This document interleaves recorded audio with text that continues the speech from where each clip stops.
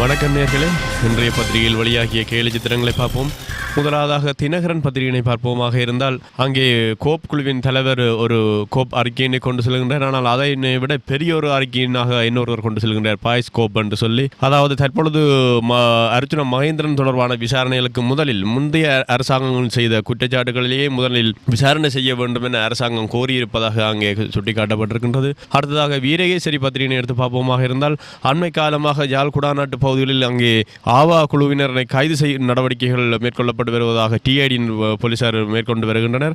ஆனால் அந்த டிஐடியினுடைய கைதுகள் ஆவா குழுவினரை கைது செய்யாமல் அங்கே அப்பாவிகளை இருந்து கைது செய்வது போன்ற அந்த காட்சி காட்டப்பட்டிருக்கிறது. அதாவது போலீசார் ஒரு கோல் அடிப்பதற்கு அங்கே தயாராக இருக்கின்றனர். ஆனால் அது பந்தானது கோலுக்குள் செல்லாமல் பார்வையாளரை அங்கே சென்று தாக்குவது போன்ற அந்த காட்சி காட்டப்பட்டிருக்கின்றது. அடுத்ததாக தமிழ் மிரர் பத்திரிகை எடுத்து பார்ப்போமாக இருந்தால், அங்கே புதிதாக அமெரிக்க ஜனாதிபதி பதவியேற்றிருக்கின்றார். அந்த புதிதாக உருவான அந்த குழந்தை, அதாவது அமெரிக்க ஜனாதிபதியிடம் உலகமே கையடிக்கப்படுவது போன்ற அந்த காட்சி காட்டப்பட்டிருக்கின்ற புதிதாக பதவியேற்றுள்ள ஜனாதிபதி கரங்களில் உலகத்தையே அங்கே கொண்டு சென்று கொடுப்பது போன்ற அந்த காட்சி காட்டப்பட்டிருக்கின்றது. அடுத்ததாக திவையின பத்திரிகை எடுத்து பார்ப்போமாக இருந்தால், முன்னாள் ஜனாதிபதி மஹிந்த ராஜபக்ச அவர்கள் அங்கே அமெரிக்க முன்னாள் ஜனாதிபதி ஒபாமா அவர்களிடம் அங்கே ஒரு கோரிக்கையினை விடுக்கின்றார். நீங்களும் பாராளுமன்ற உறுப்பினர் பதவிக்கு அங்கே முயற்சிகள் மேற்கொள்ளலாமே என்ற ஒரு கருத்தினை தெரிவிக்கின்றார். அதாவது முன்னாள் ஜனாதிபதி மஹிந்த ராஜபக்ச தான் பதவியிலிருந்து இறங்கிய பின்னர் மீண்டும் அங்கே பாராளுமன்ற தேர்தல்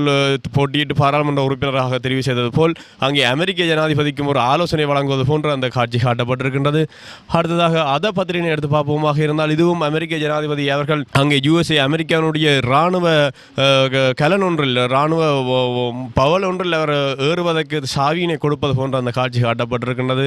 அதாவது தற்போதைய ஜனாதிபதி ஒபாமா அவர்கள் தனது சாவியினை புதிய ஜனாதிபதியிடம் கையளிப்பது போன்ற அந்த காட்சி காட்டப்பட்டிருக்கின்றது.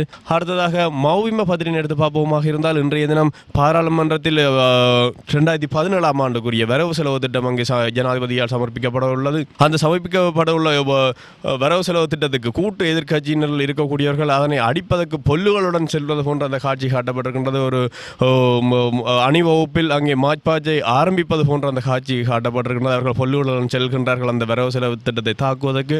அடுத்ததாக ரிவர பத்திரிகை எடுத்து பார்ப்போமாக இருந்தால், இதுவும் அங்கே அமெரிக்க ஜனாதிபதியுடைய முடிவுகளை அடிப்படையாக கொண்டு காணப்படுகின்றது. அங்கே புலம்பெயர்வாழ் டேஸ்போராக்கள், அதாவது புலம்பெயர்வாழ் தமிழர்கள் அங்கே அழுவது போன்ற கிளாரி கிளிண்டனை படத்தினை வைத்து அங்கே பூசை செய்து அழுவது போன்ற அந்த காட்சி காட்டப்பட்டிருக்கின்றது.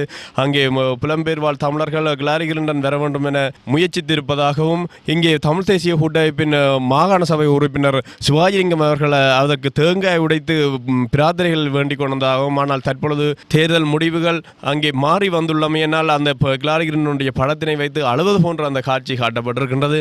இறுதியாக ரிவர பத்திரிகையில் மேலும் ஒரு கேலி சித்திரம் காணப்படுகின்றது. அங்கே ராஜாங்க அமைச்சர் ஒருவர் வீட்டிருக்கின்றார். ஆனால் அங்கே வேலை வாய்ப்புகள் இல்லை என்ற ஒரு பலகையினை வைத்திருக்கின்றார்.